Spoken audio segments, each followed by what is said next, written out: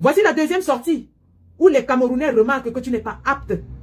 Dernièrement, c'était à ton meeting en Gaoundéré où tu étais tenu sur un pupitre et on voyait tes mains trembler. On voyait tes mains trembler à vue d'œil. On n'achète pas la maladie, on n'achète pas la vieillesse. C'est même d'ailleurs une grâce d'atteindre l'âge que tu as, papa. C'est une grâce. Parce que peu de nous qui parlons atteindront cet âge. Mais je sais aussi que chaque être humain a droit au repos. Tu es aux affaires depuis plus de 60 ans, papa. Tu es aux affaires depuis l'époque coloniale. Tu as aussi droit au repos. Parce que lorsqu'on demande à Paul Biya de partir, ce n'est pas seulement parce qu'il est incompétent et qu'il n'a rien fait de notre pays en 43 ans. C'est parce qu'il est aussi fatigué. Il est fatigué, papa. Tu avais un poste ministériel où personne ne s'occupait de ce que tu faisais. Tu n'étais pas la lumière. Les Camerounais ne savaient même pas à quel point ton état de santé s'était détérioré. Les Camerounais ne savaient même plus de quelle génération tu étais. Mais aujourd'hui, à cause de ta candidature, tu te remets en lumière et tu seras scrutinisé au détail, papa. On va scruter ta candidature au détail et ce n'est pas pour te faire plaisir. C'est pour nous rassurer que la personne que les Camerounais vont choisir est une personne qui est apte à diriger pour 7 ans. On ne peut pas chasser Paul Biya qui a 92 ans et qui, au vu et au su de tout le monde, est atteint d'Alzheimer. Il n'a plus de mémoire. Il ne se rappelle même plus de ce qu'il faut faire, de ce qu'il ne faut pas faire. Il est assisté par son épouse. Papa, on ne peut pas vouloir se séparer d'un homme pareil. Pour prendre un papa qui va encore demander beaucoup d'attention, beaucoup d'égards, qui va demander beaucoup de soins, qui va aller à l'échelle mondiale, au sommet mondial, sera assisté pour monter sur une estrade, sera arrêté pour l'aider à faire quelques marches. Papa, ce n'est pas bien pour toi, ce n'est pas bien pour ton image, ce n'est pas bien pour ta famille. Si tes enfants t'aiment, qu'ils te demandent, papa, de te reposer, d'aller te mettre de côté, nous allons respecter le fait que tu te sois levé. Et nous allons te donner tout le respect, tous les égards qui vont avec ça. Non, mon père. Non. Je vais vous donner les raisons pour lesquelles Monsieur Bello Bouba devrait vraiment faire preuve de patriotisme, mais surtout de respect envers le peuple camerounais. Parce que c'est de ça qu'il s'agit. Il faut qu'il montre aux Camerounais qu'il les comprend et qu'il les respecte. Qu'il comprend que le peuple camerounais a besoin d'une ère nouvelle, d'une rupture, d'un changement et non d'une permutation. On ne veut pas à cause d'un homme de 90 ans et que nous nous apprêtions encore à aller prendre à la tête de notre État un homme de la même génération qui lui-même aussi est visiblement amoindri, qui lui-même est dépourvu de tous ses moyens.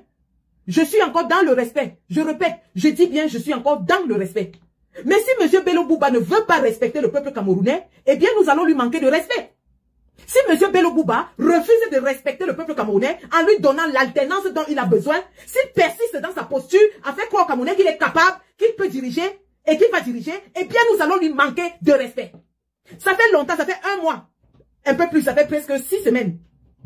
6, oui, j'étais en Italie il y a 3 semaines. Ça fait 6 semaines que j'ai ouvertement pris position pour Issa Chiroma Bakary et vous en êtes témoin. Ma page ne parle que de Issa Chiroma Bakary depuis près de 6 semaines. Je suis l'une des premières, sinon la première, à avoir adoubé M. Issa Chiroma Bakary. Au prix de ce que ça m'a coûté. On m'a appelé traître, on m'a appelé tourneau, on m'a appelé femme infidèle, on m'a appelé de tous les noms. Mais j'ai dit, je suis avec le candidat Issa Chiroma Bakary. Et j'aurai amplement le temps, au cours de cette période électorale, de vous décliner les raisons de mon choix. Cependant, j'avais adopté une posture selon laquelle je ne voulais pas dénigrer un autre candidat. J'avais adopté une posture selon laquelle je me suis dit, laissons les candidats faire leur travail et nous allons les accompagner. Je me suis refusé de parler de M. Bello Bouba Maïgari.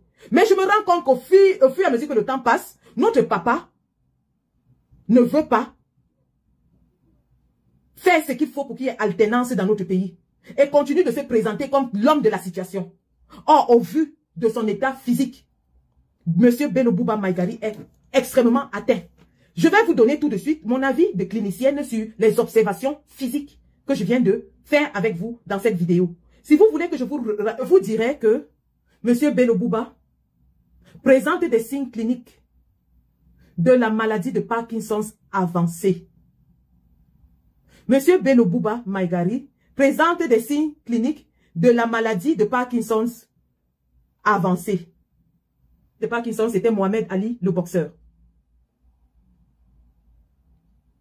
Donc, si vous voulez voir à quoi ressemble quelqu'un qui a la maladie de Parkinson, lorsqu'elle continue de progresser, prenez les dernières images de Mohamed Ali avant la fin de sa vie. Et vous allez voir l'impact physique, l'impact cognitif de la maladie de Parkinson. Il n'est pas comme un malade, il est malade. Ce papa est gravement malade. Il souffre de Parkinson avancé. La maladie de Parkinson, c'est une maladie des neurones. La maladie de Parkinson est une maladie des neurones. C'est une maladie dégénérative. Ça veut dire que les neurones se dégénèrent au fur et à mesure que le temps passe. Ce n'est pas une maladie qui se soigne. La maladie de Parkinson n'a pas de cure. C'est une maladie qui s'aggrave avec le temps. Et elle affecte les neurones. Elle détruit certains neurones du cerveau. Avec l'accumulation des protéines toxiques dans les cellules nerveuses.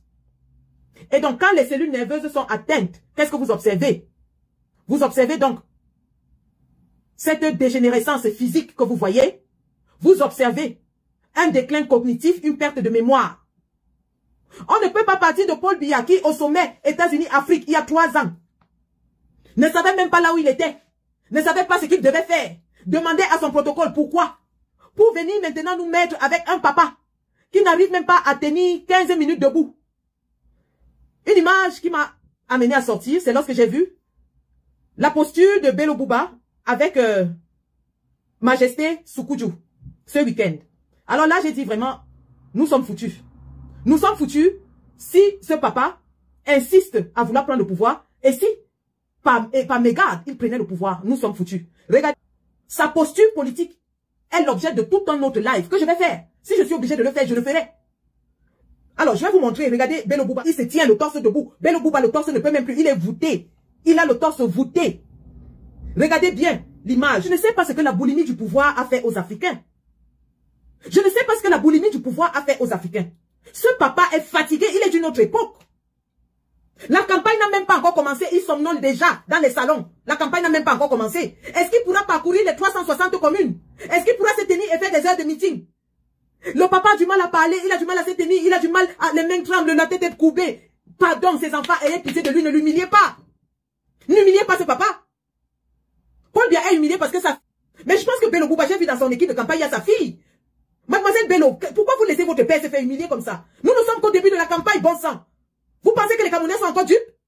Vous pensez que nous sommes encore à l'ère où on nous dit, on mettait les photos d'il y a 30 ans et on disait aux Camerounais que c'est ce monsieur-là? Nous sommes à l'ère du digital. Chacune de ces sorties sera scrutée à la loupe. Et il a fallu seulement quelques semaines pour qu'on s'aperçoive que ce papa est fatigué. Il est extrêmement fatigué et il est malade.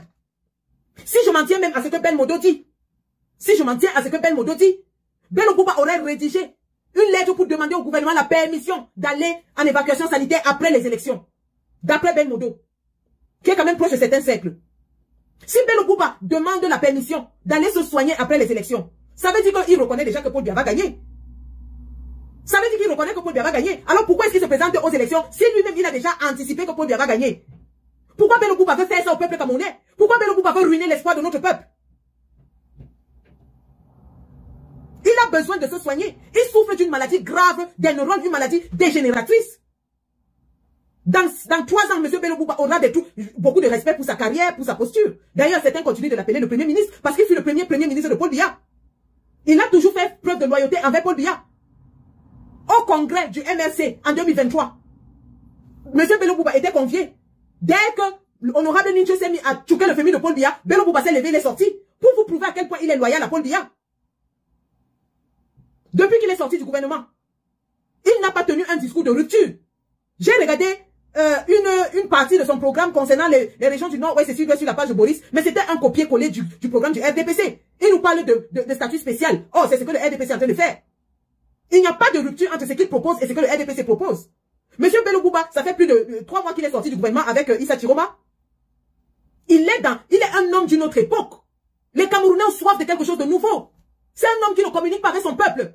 Il ne communique pas avec son peuple. On le voit seulement à l'occasion des meetings où il sort de son cortège et il se tient quelques minutes pour parler. Il ne tient pas d'échange avec les médias, il d'échange avec le public. Il n'est pas proche du peuple. On ne le ressent pas, il est froid. Il est comme Paul Biya. C'était des hommes d'une autre époque. À cette époque-là, quand on était au pouvoir, on était distant du peuple. C'est des hommes froids. Au-delà de ça, s'il faut maintenant rentrer dans certains aspects, il est le seul qui a démissionné du gouvernement. Encore que certains disent même qu'il n'a pas démissionné parce que personne n'a vu sa lettre de démission. Mais pour nous, il a démissionné. Mais il est le seul. C'est pour ça que dans son cortège, il y a toute une kyrielle de voitures du corps administratif qui l'accompagne. Comment veut-il nous faire croire qu'il est dans la rupture alors qu'il continue justement à user des ordres de ce pouvoir qui nous écrase? Papa Bello Bouba, tu nous as dit que c'est ta base qui t'a amené à partir. Ta base a exigé que tu partes du pouvoir. Soit. Ta base a exigé. Mais est-ce que tu as fait des consultations, papa, pour savoir pourquoi la base ne veut plus du RDPC? Parce que si tu sais pourquoi la base ne veut plus du RDPC, toi-même, tu ne dois plus reproduire les comportements du RDPC.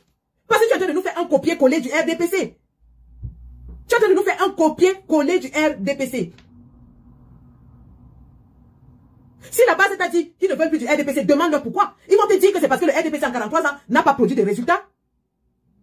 Et ton bilan est assez comptable avec le RDPC. Ça, on te le pardonne aujourd'hui que tu dis que tu veux combattre. Mais il faut nous démontrer que tu es dans la rupture. Ton discours n'est pas un discours de rupture. Au-delà du bilan catastrophique envers ta base, est-ce que tes militants t'ont dit que c'est aussi du fait que Paul Biya est un homme d'une autre époque? Paul Biya est un homme que les populations ne voient pas, ne touchent pas, n'entendent pas, qui dirige avec les silences. Et toi, tu nous ramènes encore dans l'ère des silences. Les fameux silences présidentiels, les fameuses absences présidentielles. Papa, on ne veut plus la main qui dirige, la photo qui dirige. On ne veut plus être dirigé par la photo. On est fatigué de la photocratie. On ne veut plus. On ne veut plus la photocratie. On ne veut plus les papas qui seront au pouvoir. On va prendre la photo de quand ils avaient 30 ans. On vient nous mettre. On ne veut plus. Papa, si tu aimes le Cameroun, si tu aimes ce pays, si tu as consacré toute ta vie à travailler pour ce pays, fais ce qu'il y a lieu de faire en ce moment. Comme Papa Soukoudjou te l'a conseillé, choisis un candidat et tu t'alignes derrière. Tu donnes les consignes de vote dans ton parti pour le bien du pays. Et tu seras hissé au même titre que tous les opposants qui vont s'unir pour le bien de notre pays. Parce qu'au soir du 12 octobre, lorsque l'opposition prendra le pouvoir, tu seras parmi ceux qui seront dans ce pouvoir. Se mettre derrière quelqu'un ne veut pas dire qu'on t'écarte, papa. Ça veut dire qu'on te préserve. Ça veut dire qu'on t'épargne. Ça veut dire qu'on te protège. Ça veut dire qu'on te considère. Parce que tu es fatigué, papa. Tu es fatigué. Toi-même, tu sais que tu es fatigué. La maladie que tu as, tu dois prendre les médicaments 4 fois par jour. Je suis une infirmière. Les patients de Parkinson ont des heures régulières auxquelles ils prennent les médicaments. Nous, en hôpital, lorsqu'on a un patient de Parkinson, nous mettons une alarme sur notre horloge. Parce que les médicaments de Parkinson sont très spécifiques. On ne rate pas l'heure du médicament du Parkinson. Imagine, papa, que tu seras à un sommet international. Et puis c'est l'heure de prendre tes médicaments. Tu fais comment, papa? Imagine que tu dois prendre la parole à l'ONU. Et c'est l'heure où tu dois arrêter ton discours pour aller boire les médicaments de Parkinson. Pourquoi tu veux nous faire ça? Pourquoi tu veux nous faire ça, papa? Pourquoi tu veux nous humilier à ce niveau? Qu'on sort d'un papa qui ne sait même plus qui il est ni où il est. On interdit les téléphones au 20 mai. On interdit les téléphones là où Paul Biya se trouve. Parce que les gens, ils ont honte qu'on voit le vrai visage de Paul Biya. Qu'on voit que Paul Biya marche avec la sonde. Vous êtes fatigués. Vous êtes des hommes d'une autre ère. Vous êtes des petits-enfants, des arrière-petits-fils, je suis sûr. Papa, rentre t'en occuper. Ce n'est pas un péché de se reposer. Ce n'est pas un péché. Même ta fille qui est dans ton parti, la mets là devant, elle-même on va la voter. Si tu as formé, si tu as pensé à l'avenir, sauf si tu es comme ton ami Paul Biya, qui pense qu'après lui, le Cameroun doit brûler. Mais si toi-même tu es un grand homme d'État, tu aurais dû préparer quelqu'un pour ta relève. Parce que l'UNDP, c'est un parti qui a plus de 40 ans. Tu ne vas pas me dire qu'en 40 ans, il n'y a personne d'autre dans l'UNDP que toi. Si tu nous dis aujourd'hui qu'en 40 ans d'existence de l'UNDP, personne d'autre n'est en mesure de diriger ce parti que toi, tu n'es pas différent de Paul Biya. Tu n'es pas différent de Paul Biya. Si depuis la création de l'UNDP dans les années 90, nous sommes en 2025, bientôt 2026, tu n'as pas pu trouver quelqu'un qui va prendre la relève. Tu n'as pas formé quelqu'un pour prendre la relève. Tu n'es pas différent de Paul Biya. Parce que Paul Biya fait 40 ans au pouvoir, il n'a formé personne pour prendre la relève. Conséquence, il est fatigué, il est vieux, il est amoindri et on insiste pour le mettre toujours candidat. On ne peut pas partir du choléra pour tomber sur la peste quand même. On vient de passer 43 ans sous le règne d'une gérontocratie. On ne va pas quitter de la gérontocratie à la gérontocratie. On n'est pas dans une permutation de chaises. Je ne suis pas dans l'invective, papa. Je suis ici en train de te dire la vérité. La vérité qui est que tu es fatigué, tu dois passer la main. Tu dois passer la main. Je suis encore très respectueuse dans mes propos. Je ne t'ai ni invectivé ni insulté. Je suis en train de te dire une vérité qui est que physiquement, cliniquement, cognitivement, intellectuellement, tu es fatigué, papa. Avec beaucoup d'égards et de respect pour ton expérience d'homme d'État, pour ton expérience et surtout ta compétence d'homme d'État, nous te disons merci pour les services rendus à la nation. Pardon, papa, va te reposer. Donne la main. Mets-toi derrière quelqu'un d'autre. Donne-lui la force. Si tu aimes le peuple camerounais, c'est la dernière chose qui te reste à faire. La dernière chose qui te reste à faire, c'est de prendre toute la force qui est la tienne, la force politique qui est la tienne, et de la mettre au service du peuple camerounais. Mets ta force politique au service du peuple camerounais. Une fois que tu le fais, on va oublier que tu as servi 40 ans dans le gouvernement qui nous a écrasés. On va oublier que tu as fait 40 ans dans le gouvernement qui a affamé le peuple nord, qui a fait que le nord soit sans route, sans électricité, sans école, sans hôpitaux, rien du tout. On va oublier tout ça et on va te lever. Et je suis sûr que le même candidat derrière lequel tu vas t'aligner va te donner tous les égards et tous les honneurs dus à ton rang, à ta fonction, et mais surtout à ton poids politique et à ton sacrifice. Nous sommes à l'ère où nous devons faire preuve d'altruisme. Papa, si tu aimes le Cameroun, si tu aimes les Camerounais, donne à ce pays une chance. Et si tu ne le fais pas, l'histoire retiendra. L'histoire retiendra que tu étais sorti du gouvernement pour venir brouiller l'opposition, disperser les votes et prolonger le Cameroun dans la dictature. Aujourd'hui, le choix est entre tes mains, papa. Le choix est entre tes mains. J'ai vu papa Anissé Ekane au Conseil constitutionnel demander pardon à genoux à son pire ennemi.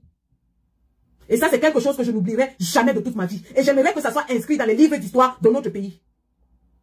Papa Anissé Ekane, au vu du Conseil constitutionnel qui s'apprêtait à éliminer la candidature du président Kamto, s'est mis à genoux devant Yebga. Il lui a dit, Yebga, je te demande pardon. Même si je t'ai fait quoi, je t'en supplie, pardonne-moi. Pour notre pays, pardonne-moi. Ce que ça peut faire à un homme de ravaler son orgueil, de ravaler son amour propre, de ravaler ses blessures, pour demander pardon à son ennemi juré. Rien que pour ça, je dirais vraiment que tous les hommes politiques de notre pays se mettent dans cette posture. Que tous les hommes politiques de notre pays se mettent dans cette posture. La posture où ils prennent leur amour propre, leur orgueil, leur ego, et ils la mettent par terre pour mettre l'avenir de notre pays devant. Pour mettre le Cameroun au-dessus de leur personne. Parce que s'ils se sont levés, ce n'est pas pour leur intérêt personnel. Ce n'est pas pour des postes, mais c'est pour notre pays. Si vous aimez vraiment ce pays, mes chers papas, si vous vous êtes levés pour ce peuple qui souffre le martyre, qui crie la douleur, mes chers papas,